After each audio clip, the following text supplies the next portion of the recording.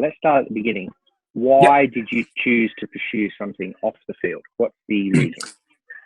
So there were several reasons behind it, really. I've got a very, very good friend of mine, Sam Bishop, is a psychotherapist, clinical psychologist, that sort of area of expertise. And him and myself knew we wanted to work together for a long time, but we didn't quite understand what we wanted to do. So we started bouncing ideas off each other over sort of like a couple of years. And it got to the point where we kind of had a breakthrough where we kind of started talking about delivering some kind of workshop or seminar-based consultation where we could go into a company, organization, and help develop employees. Rather than strategy or business strategy, we would develop the employee skills, whether it be a manager learning how to help leadership or employees using teamwork, just to be able to almost take, from my side of it, was take a winning culture from a sporting world and place it into a business framework.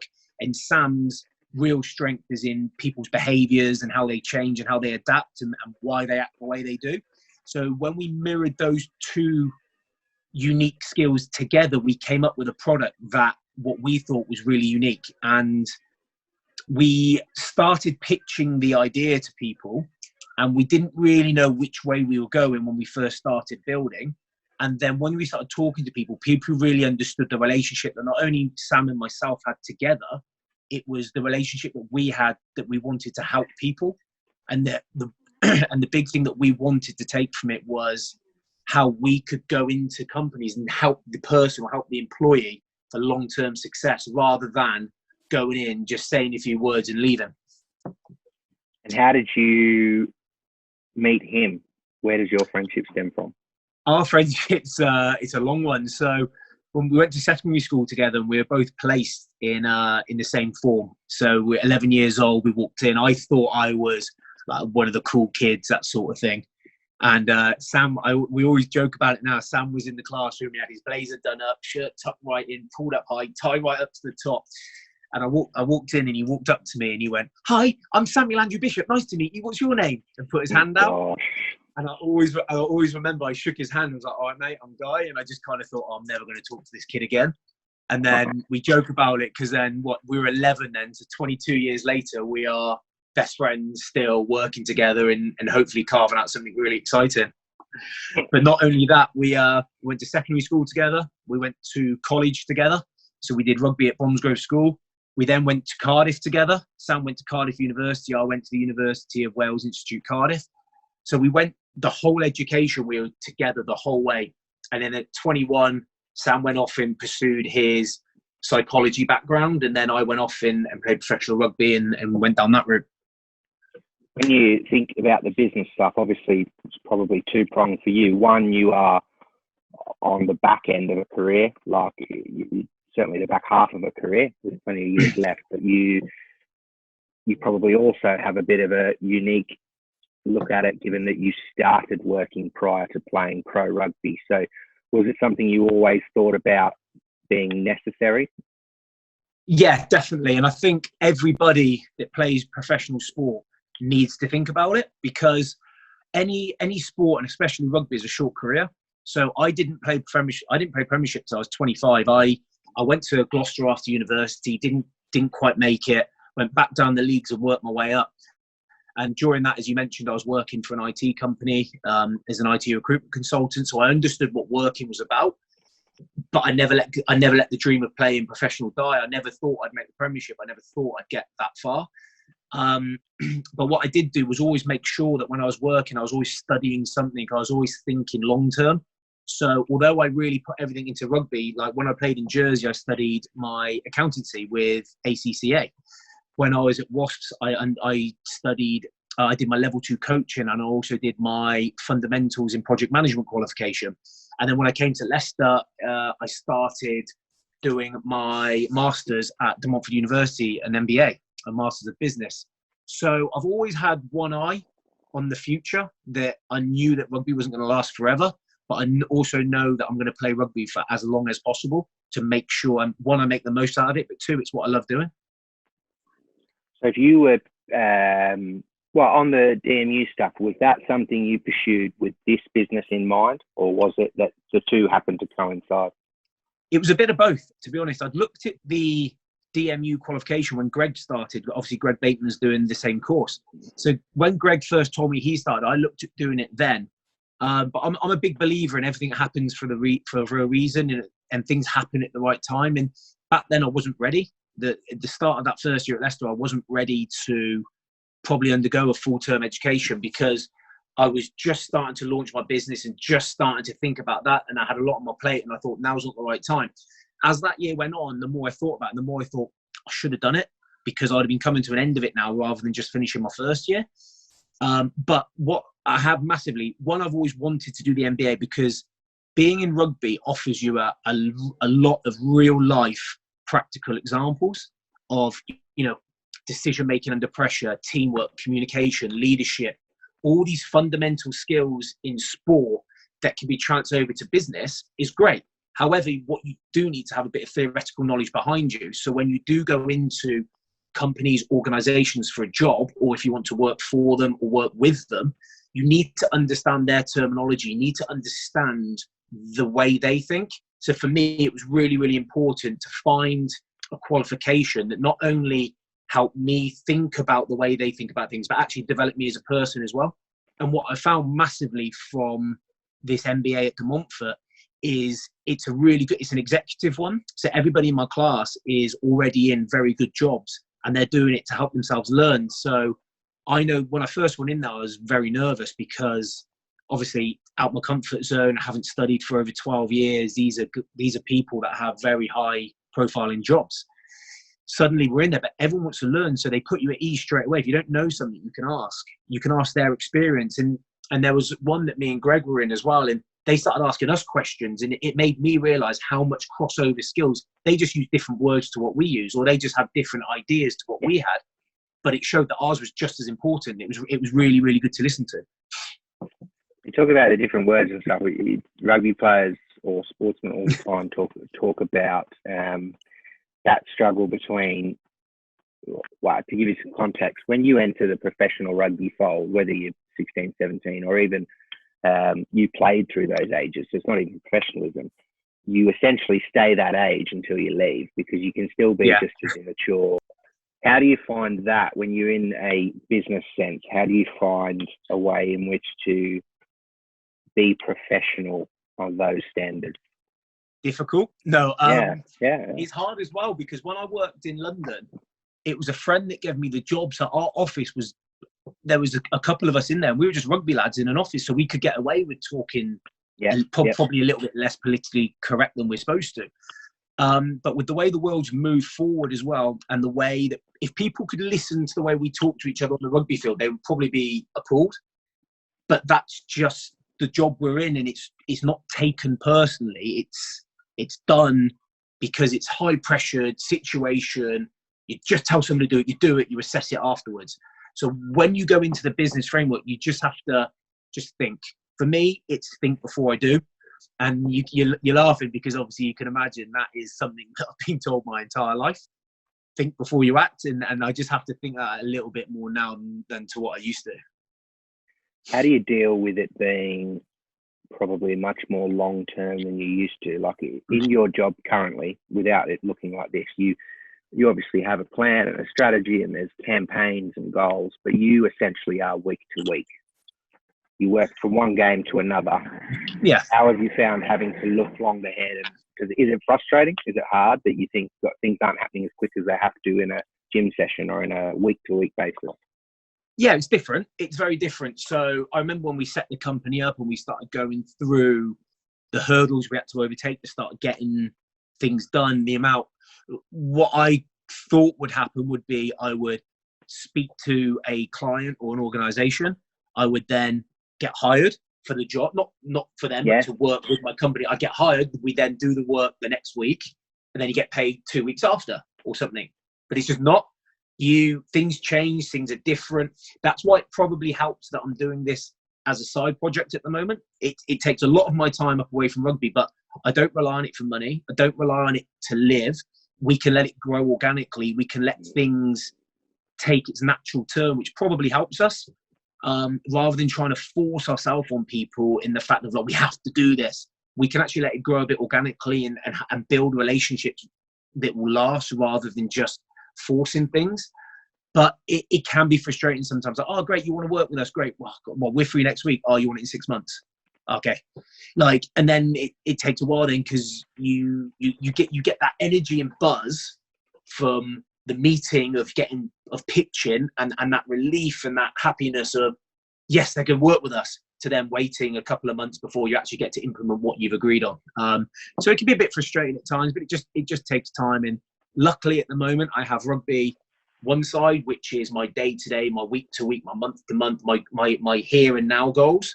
And then my longer term, my slightly more laid back approach to my business. But I guess as I start making that transition across, that will probably go the other way.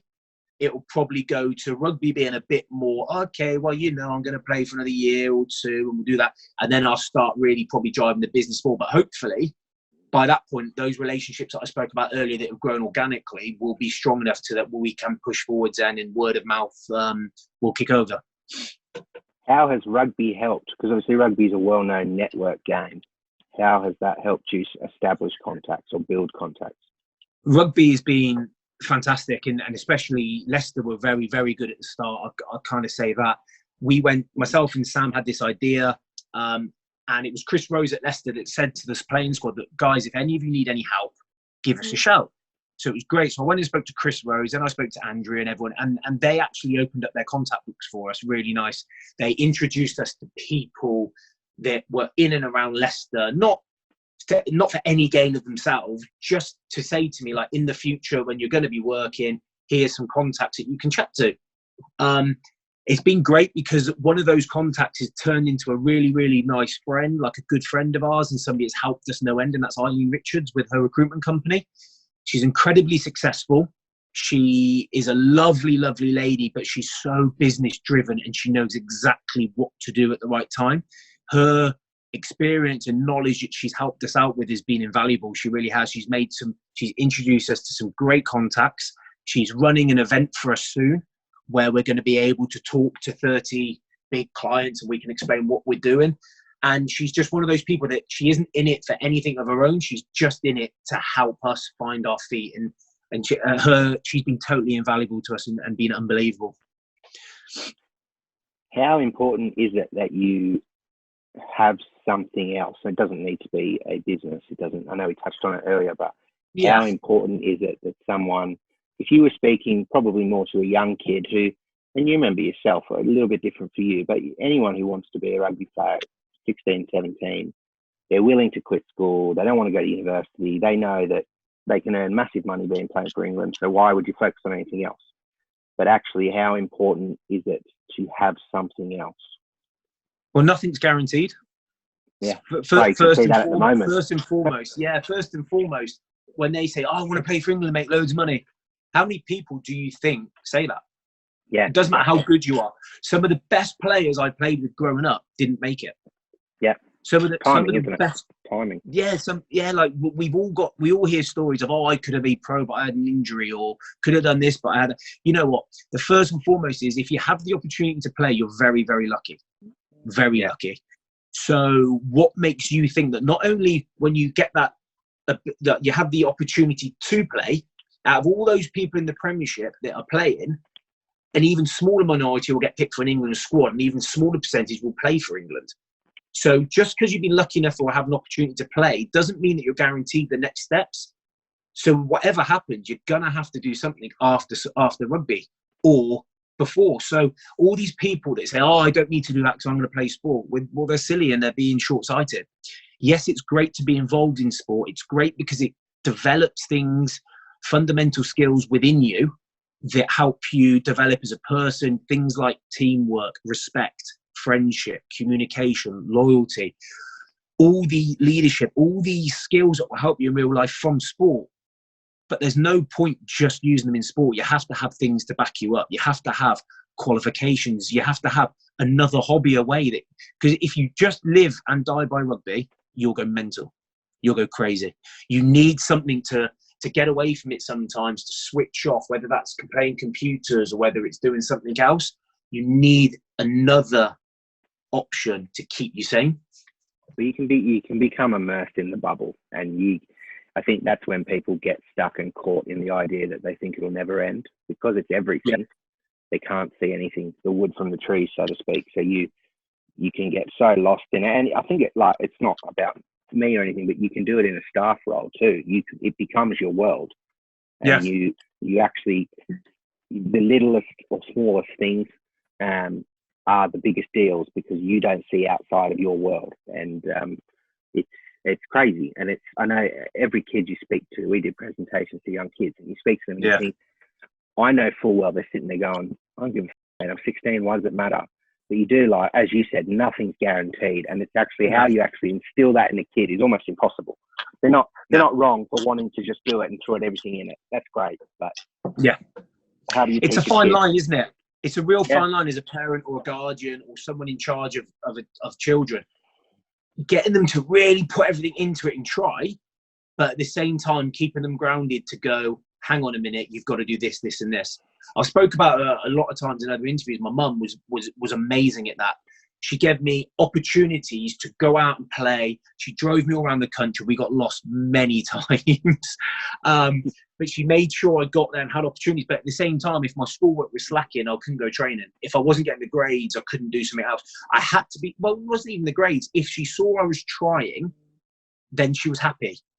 But if I wasn't trying, I wasn't fulfilling my potential, then I wouldn't be able to do sport. She was great at that, and she kept me really disciplined to make sure I had different things open at the same time. I think the only sport she didn't watch me play was cricket, and that's because I was terrible at it. I was in a cricket team that's nickname was the Mighty Ducks, because none of us ever got higher than about 0 or 2. Literally that's once. Incredible. We used to make a deal with the other team that we would bat first, because then everyone would be home in like an hour. However, if they batted first, I hated it. I didn't enjoy cricket at all. I hated cricket so much. I like watching it now because you got an excuse to sit on the 10 hours with mates. But T20. Yeah, test matches, mate, 5 days straight. It's not a chance to throw barbs or anything at the game or anything, but do you think the game, and this is everyone, the RPA, the unions growing up, the academies, the clubs, everything, do you think they do enough for those people who have come out of school and college and are entering the professional senior squad? Do you think they're encouraging this stuff enough? For me, it's hard to see, because when I came out of university and went to a club, there was nothing really there about it. Once you'd done university, everyone kind of thought, oh, he's done uni, it's it, he's done enough. There are definitely more opportunities now than there used to be. Matt Tate was great at Leicester last year. Yeah, creating opportunities for people to go. There was Chris Bow when I was at Wasp, was very good. He was an ex-player that found himself, retiring from an injury, so he understood what it was to be ready. So he actively went and helped boys, literally phoning them up, emailing them, what are you doing? What are you looking at? Do you have this? Do you want an offering to make connections, networks, and get people involved? There are players that are helping, but the onus has to fall on the player himself as well. Like, you can't just sit there and expect everything to be given to you. You can't just sit there going, oh, well, I've been told to do like a qualification. I've done it. I don't want to do anything else. It's up to the player himself to actively go and source those opportunities. You mentioned it earlier, like, how has the network of rugby helped me? I've only scratched the surface of it at the moment, and it's already unbelievable. I'm going to be delving into this network a hell of a lot more over the next couple of years, making phone calls, going to meet people with my hands out, asking for help. Because what is the point in having the network there if you're not going to use it?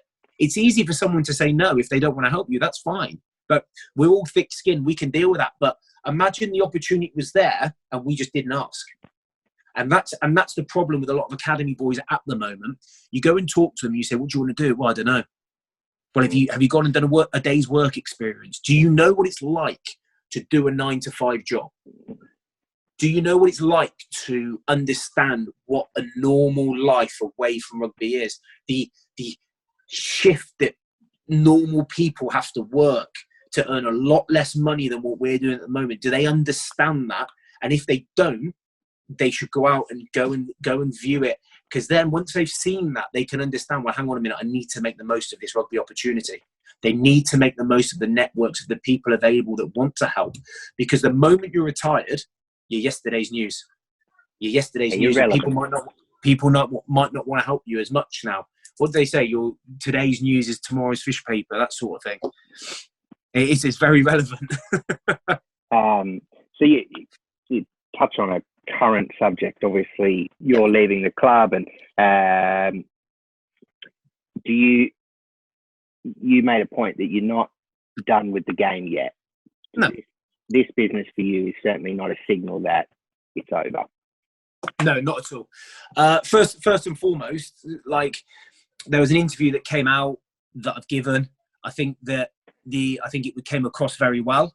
I was happy with it. But what I do want to just echo is, I don't want anybody to think that I'm angry at Leicester or anything like that. Leicester's given me a huge amount as a club. They've helped me with my university degree. They've introduced me to business contacts to help me when I've retired from the game. They've given me an opportunity to wear the shirt and play at Welford Road. I've met some great friends. Let's get that on the table first and foremost. Is that wasn't an interview to say, oh, I'm leaving Leicester, I'm really unhappy. That was an interview to say thank you to Leicester for letting me have the opportunity and helping me. But it was an interview to highlight where the game is at the moment, that the crossroads we're coming at, that we spoke briefly about earlier, is there's not a lot of money around at the moment. So all the little cracks that have been appearing quietly over the years with loyalty and wages and caps and everything like this get blown open in these sort of scenarios and situations. So that interview was about highlighting the areas of issues at the moment. I found myself in a tough situation. It's not personal. Leicester decided to go with another player. That's totally fine. That's the job we're in. That's it. You don't expect to be kept on if you're not good, if you're not playing well enough, or if they think someone's going to fit better. That's great. That's part and parcel of the job. You know, they've got a salary cap to maintain. They've got players to weigh up, players to judge. Like this, that. There's a lot of factors that people don't see that goes into it. So one of the most important things is I found myself in a situation where I was going to be unemployed in a few months' time, and I didn't really understand what was happening. So what I wanted to shine a light on was how scary that can be from a rugby player. And I guess it highlights the emphasis of making sure you have something else available. For me at the moment, my business was building up very nicely, but that isn't a sign, as you said, of saying I'm going away. No chance. I didn't play Premiership till I was 25. I've averaged over 20 games a year in the Premiership for the last 7 years. Played 100 games for Wasps in 5 years. I played 21 last year. I was on 14 or 15 this year before it got cut short. Like, I play a lot of rugby. I still feel great. I'm still going to play another 3, 4, 5 years because I feel great. I will retire when I call time on my career, not because of a sort of an external influence. When I'm ready to sit back and go, okay, I'm ready to move across to the business world now, or if I get a really good opportunity after my MBA, I'll look at it then. But at this moment in time, I'm not going to be retiring. I'm going to be playing. I'm going to make sure that I put everything I can into rugby as well as building my business. When you're away from the business stuff, what are your memories? What are your, not specific memories, or what do you take away after 2 years at Leicester? You spent 7 years at Wasps? 7? Yeah, I did 5 years at Wasps and 2 at Leicester. I've had some fantastic memories at Leicester, I'll be honest. The call, when I did sign for Leicester, it was nerve-wracking. Yes, I was a senior player at Wasps and this, that and the other, but to go to Leicester was nerve-wracking. It's such a historical club that has so much history surrounding it, with the championships and the medals and the trophies and the success. It probably still is the biggest club in the world, even though the situation is. To then go and have the opportunity to play at Welford Road, which was always my favourite away venue, was something I'll never forget. That one of the first, I think the first Champions Cup game I played for at home on a Friday night for Leicester was Scarlets. That was a special game. I managed to score on the corner from Mikey Williams' pass. That was a really special game. Yes, we didn't have the best results, but I bloody enjoyed it. I really, really enjoyed it. I enjoyed being with all the boys. I enjoyed the friends I've made for life. Mike Fitzgerald, Brendan O'Connor, Mikey Williams, the boys that left the year before. I joined with Spenny, Will Spencer. I'm really close with Spenny, Manu, like all those boys. Cal Green come back to Leicester, like a real true old school rugby player there, like great guy. You know, Jimmy Stevens, who came back to Leicester, unfortunately had a bit of a head knock. These are friends that I've made and will stay for, even yourself to an extent, mate. But these are the highlights in having the opportunity to work with people like Brett Deacon. I think he's an unsung hero. He's, to me, is an incredible coach. He's a modern day coach. He's adaptive. He thinks on his feet. He reads the game really well. He has got a huge future as a coach ahead of him, and he's someone that I probably wouldn't have ever come across him again in rugby if I hadn't come to Leicester, and to have been able to work with him was incredible. At the same time, working with the S&C and medical at Leicester were great. Ed runs that medical department so well. Big Al and his medical team, Big Al and his S&C team, and Pete. Do you know what? They run really well. In the background, these are the things that are working at Leicester, and it won't be long until that crosses over onto the pitch, and Leicester will get back to where they were. But the last 2 years for me, and it's not over yet. I've got the rest of this season. I hope we can play again. I don't know what's going to happen. I'd be gutted if I couldn't put the shirt on again, because I've loved every time I have. But that's out of my hands now with the coronavirus. And let's be honest, there's a lot more going on in the world right now than sport. And there's a lot more things more important that we need to worry about.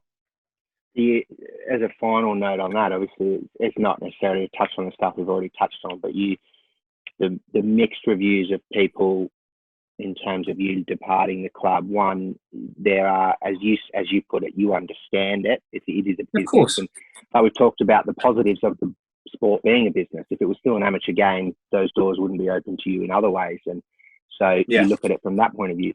But if you could look ahead, and if you were speaking to fans now, what would you say to them in terms of the fact that, long before you came, there's been stuff that's sliding downhill. It's 3 years out of finals, and the expectation levels are different. Okay, all of that in context, but what would you say to people who are fans of the club or season ticket holders around what do you think's ahead for Leicester Tigers? First and foremost, the fans at Leicester are great. They welcomed me with open arms. They made me feel really welcome. They cheered me from the word go, and I will forever be in debt to them for that and thank them. Moving forward, be patient. Be patient with the boys. Be patient with the squad. It was upsetting to read some of the things that were posted previously the season before, but you can understand people's frustrations. The boys out on the pitch training week in, week out, day in, day out, hard. It takes time to build. It takes a heartbeat to smash something down, but it can take a lifetime to build something back up. It's going to take time. I think as long as there's improvements every single year, which I think there has been, it's just going to take time. Last year was one of the worst seasons that could have happened. However, we emerged from it as a team. We were close, and we just knew that it was going to be a long road ahead before they get back to challenging titles. It will happen again. I'm certain of that. They've got Steve Borthwick coming in is a big ploy. He's coming in. He's a winner. He understands winning cultures. He's going to develop the squad. Jordan's a winner. Murphy, he just needs a little bit of time, which I think he's been great for the club. He really has been. He took on a job which was almost impossible, and he's done it with a smile on his face. He's accepted the criticism from the outside, and he's defended the boys like no other. He's been a shield for the boys to make sure we can focus on improving, and that's what we're going to be doing. That's what the boys have done. It's going to take time, but Leicester will get back there. But they won't get there without the support of the fans. And the fans at Welford Road are incredible. They really are. So just be patient. It will come.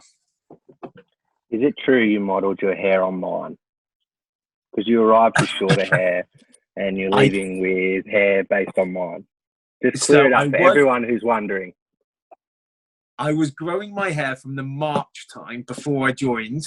However, I don't know. I think without people like yourself or Sammy Harrison, I may have cut.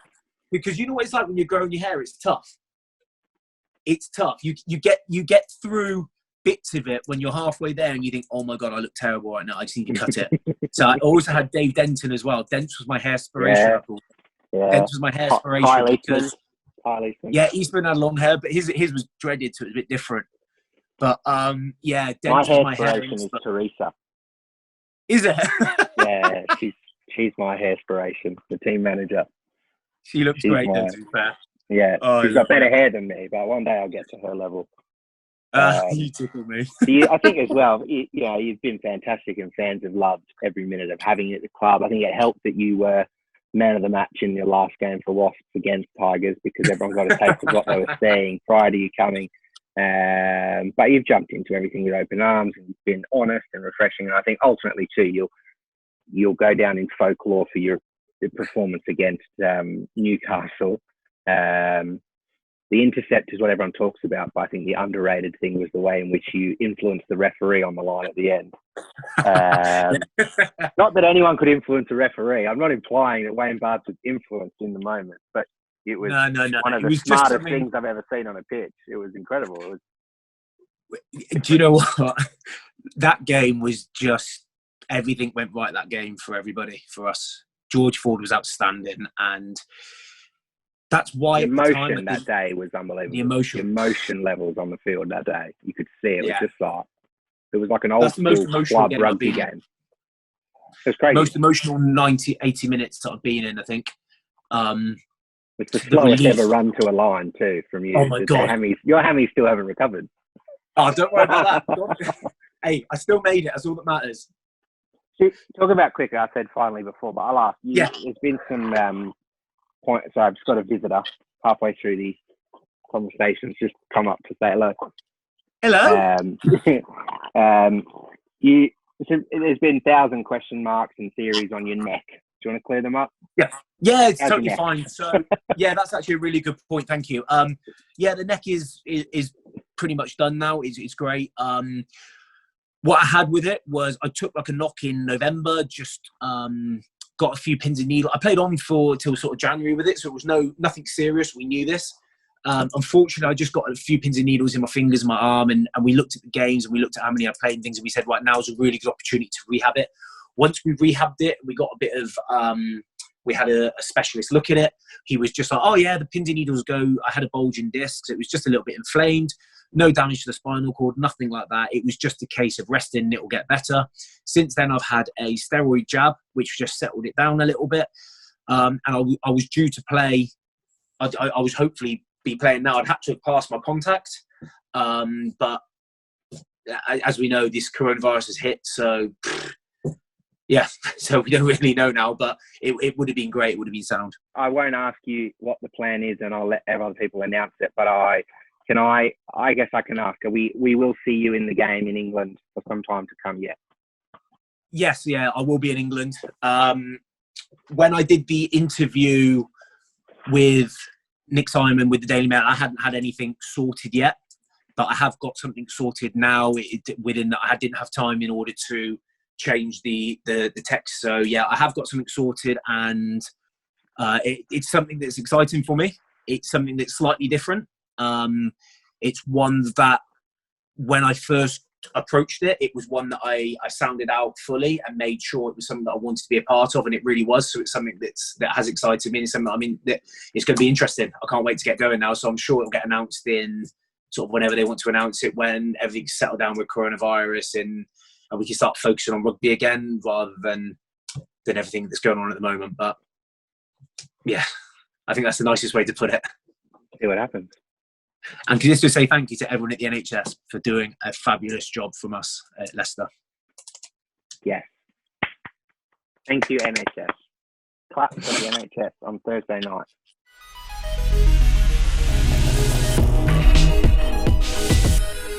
Hopefully we see you at Welford Road again, in a green, white and red shirt, not any other shirt. And we'll see how we go. Thank you. Even if that season's done and I don't get to play for Leicester again, I will definitely be there as a supporter in the future. So don't worry. You come and cheer for me, mate. Always, mate. Love of my life. Maybe cut that bit.